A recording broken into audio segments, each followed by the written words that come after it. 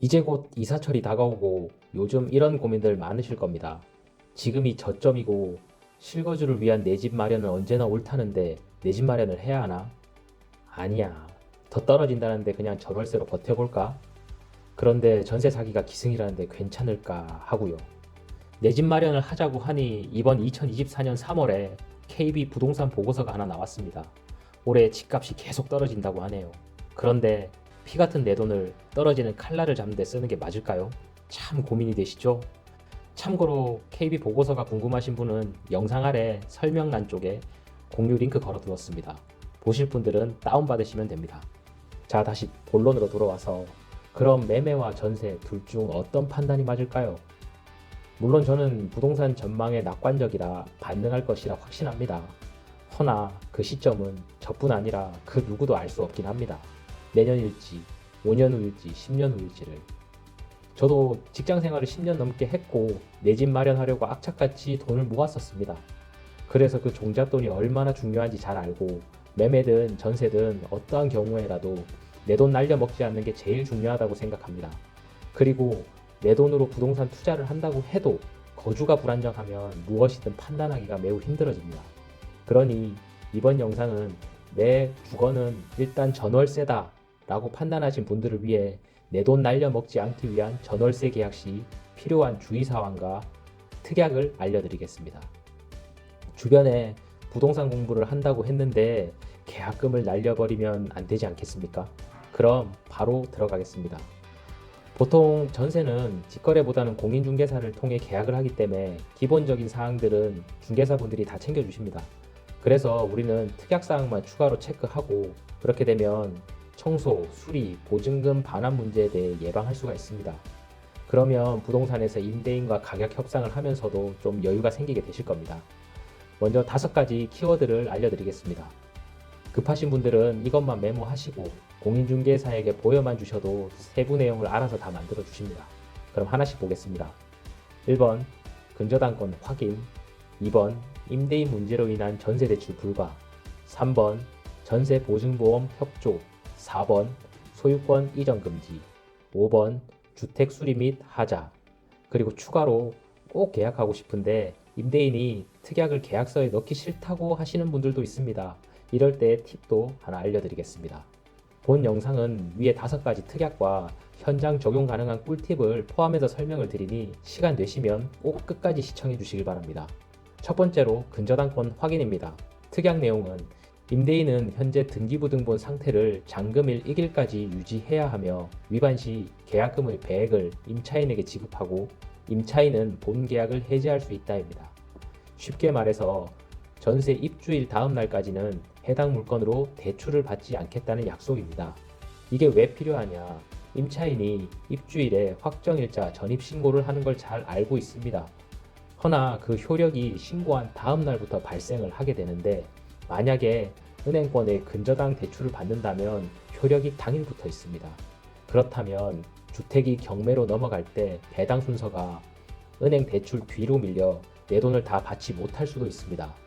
헌데 솔직히 대출을 받아보신 분은 알겠지만 주택담보로 대출을 받는데 공인중개사와 짜지도 않고 아무도 모르게 잔금일에 맞춰 대출을 받는 건 솔직히 매우 어렵습니다. 허나 혹시 모르니 특약과 더불어서 잔금 시간을 오후 한 2, 3시 이후로 맞추시면 좋습니다. 혹시나 나쁜 마음을 먹은 집주인이 대출을 받더라도 은행 시간 이후가 되기 때문에 대출을 받기가 좀 어렵습니다. 그럼 2번째입니다. 임대인 문제로 인한 전세 대출 불가입니다. 특약 내용은 임대인이나 해당 주택 문제로 인해 전세 대출이 승인되지 않은 경우 가계약금을 포함한 계약금 전체를 임차인에게 반환하고 본 계약은 취소한다입니다. 가끔 임대인의 세금 체납이나 해당 주택의 과도한 근저당 또는 위반 건축물이어서 전세 대출이 승인되지 않는 경우가 발생합니다. 이는 임차인의 잘못이 아니므로 특약에 기재해 주는 것이 좋습니다. 여기서 팁으로는 전세 대출을 받을 은행과 대출을 몇 프로 받을지 자세히 명기하시는 게 좋습니다. 일부 나쁜 임대인들이 3금융권에서 받을 수 있는데 하지 않았다고 오히려 위약금으로 계약금을 배상하라는 예도 있습니다. 그럼 반대로 임차인의 문제로 못 받았다면 어떨까요? 보통 입주까지 계약 후 15일에서 한 달 정도 기간이 소요가 되기 때문에 계약금을 포기하거나 협의가 잘 된다면 계약금 50% 지급 정도로 마무리가 됩니다. 이런 일은 없게 임차인분들도 대출을 조금 알아보시고 하시면 좋을 듯 합니다. 세 번째로 전세보증보험 협조입니다. 특약 내용은 주택 또는 임대인의 문제로 전세보증보험 가입 불가 시 임차인은 계약을 해지할 수 있고 임대인은 계약금을 포함한 보증금 전체를 임차인에게 반환한다입니다. 전세 사기 이슈 이후 전세보증보험의 중요성은 날로 높아지고 있습니다. 당연히 전세보증보험은 임대인의 동의 없이 가입할 수 있지만 그래도 임대인에게 고지를 하시는 게 좋습니다. 그리고 요즘 임대인들은 당연히 전세보증보험을 가입한다고 알고 있기 때문에 이 특약이 문제되거나 하는 일은 거의 없습니다. 그래도 혹시 모르니 기입하시는 게 좋습니다. 만약 임대인이 이를 거부하신다면 그 주택은 반드시 피하는 게 좋습니다. 네 번째, 소유권 이전 금지입니다. 특약 내용은 임대인은 잔금 지급일 또는 보증보험 가입 예정일 당일까지 소유권 이전 등기를 하지 않는다입니다. 예전 부동산 경기가 좋을 때는 갭 투자가 성행해서 전세를 맞추고 바로 소유권을 이전하는 경우가 많았습니다. 그게 문제가 된다는 건 아닙니다. 단지 전세 보증보험 승인 심사 중에 소유권이 변경되면 보증보험 승인 일자가 미뤄지거나 재신청하라는 경우가 있어 이를 예방하기 위함입니다. 거기에 추가사항으로 임차기간 중 소유권 변경 시 임차인 고지 의무 사항을 추가하시면 좋습니다. 임차기간 중 소유권이 넘어가는 게 문제가 있는 건 아니지만 혹시 빌라왕 같이 문제가 있는 임대인에게 소유권이 넘어갈 수도 있고 그러면 나중에 보증금 반환이 안 될 수도 있습니다. 그때 임차인은 임대인 지위 승계 거부권을 통해 기존 임대인에게 보증금 반환 요청을 할 수 있기 때문입니다. 이는 솔직히 임대인의 개인 재산권 침해의 소지가 있는 권리이긴 합니다. 그러나 문제가 있는 임대인으로 변경되었을 때 임차인은 방법이 없습니다. 그래서 방어수단 하나로 특약에 넣어두시면 좋을 듯 합니다. 마지막 다섯 번째, 주택 수리 및 하자 관련입니다. 특약 내용은 임차인의 귀책 사유가 없는 하자에 관해서는 임대인이 적극적으로 수리하여야 한다입니다. 일반적으로 전구 교체와 같이 소모성 수리의 경우 임차인이 진행을 하고 보일러 고장, 누수와 같은 중대한 하자가 발생했을 때는 임대인이 수리를 진행하게 됩니다. 간혹 이러한 부분도 임차인에게 떠넘기는 경우가 있으니 특약에 포함시키는 게 좋습니다. 참고로 저는 임차인이 요청하시는 건 웬만한 건 다 해드린 것 같습니다. 여담입니다. 마지막 추가 팁을 하나 더 말씀드리겠는데요. 계약서에 특약사항을 기재를 거부하시는 일부 임대인들이 있기는 합니다. 그런데 혹시 피치 못할 사정으로 이런 집에 들어가야 한다면 위의 사항들에 대해서는 최소한 녹음이라도 해서 남겨두시는 게 좋습니다. 물론 계약서에 들어간 것이 아니라 법적 효력이 그 정도까지는 아니더라도 유리한 증거로 사용할 수 있으니 반드시 계약을 해야 한다면 이를 활용하시면 좋겠습니다. 여기까지 전세 시 넣어야 할 특약 5가지를 알려드렸습니다.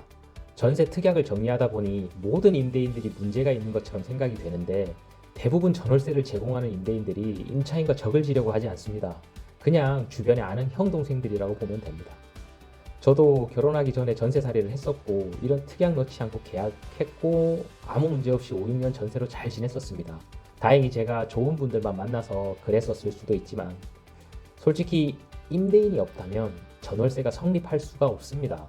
단지 문제는 일부 영끌 갭 투자와 고금리로 역전세가 발생된 임대인들입니다. 선량한 임대인들까지 안 좋게 보지 않았으면 좋겠습니다. 전세 계약 시 필요한 특약을 말씀드리긴 했는데 솔직히 부동산은 물건마다 개인 경제 사정에 따라 이런 특약들로 모든 위험을 방어할 수는 없습니다. 개별적으로 궁금한 사항이나 추가로 설명이 필요한 부분은 댓글 남겨주시면 최대한 빨리 답해드리도록 하겠습니다. 내용이 도움이 되셨다면 구독과 좋아요 부탁드립니다. 이상 실전 부동산 정보 알림이 리얼 부동산이었습니다.